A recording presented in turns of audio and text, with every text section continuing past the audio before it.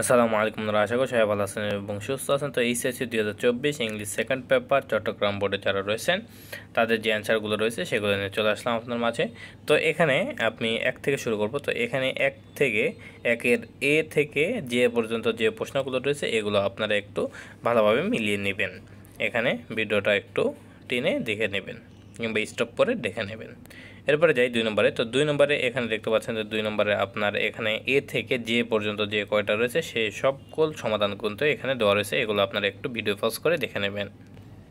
এরপরে আমরা যাব 3 নম্বরে। তো 3 নম্বরে এটা কিন্তু আপনারা একটু স্ক্রিনশট দিয়ে নেবেন।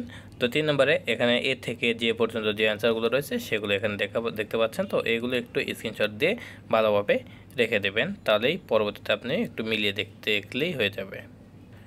এরপরে আসি 4 নম্বর। 4 নম্বরে A answer R, B answer আর, এরকমভাবে এখানে আপনারা এন পর্যন্ত একটু আপনাদের প্রশ্নের সাথে মিলিয়ে নেবেন। ভিডিওটা স্টপ করে তাহলেই হয়ে যাবে। এবং এখানে 5 নম্বর যেটা রয়েছে এটা একটু আপনারা ভালোভাবে স্ক্রিনশট দিয়ে নেবেন, এই যে 5 নম্বরের যে আপনার সলভটা সেটা। এরপরে আমরা যাব 6 নম্বর। তো 6 নম্বরের এখানে আপনার এ থেকে যে পর্যন্ত যতগুলো অ্যান্সারগুলো রয়েছে সেগুলো কিন্তু আপনারা একটু আপনার প্রশ্নের সাথে মিলিয়ে দেখে নেবেন যে আপনি কোনটা কোনটা লিখে এসেছেন।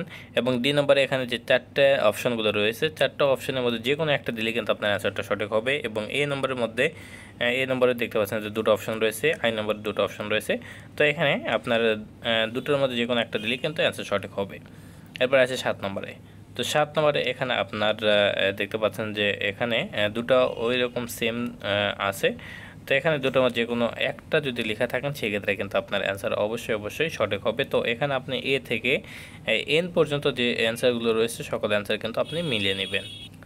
এরপরে আসি 8 নম্বরে। তো 8 নম্বরের এখানে আপনার সেম একই অবস্থা, এখানেও কিন্তু 8 নম্বরে আপনি একটু ভিডিওটা স্টপ করে ভালোভাবে এখানে 1 থেকে এম পর্যন্ত ভালোভাবে আপনি প্রশ্নটা মিলিয়ে নেবেন।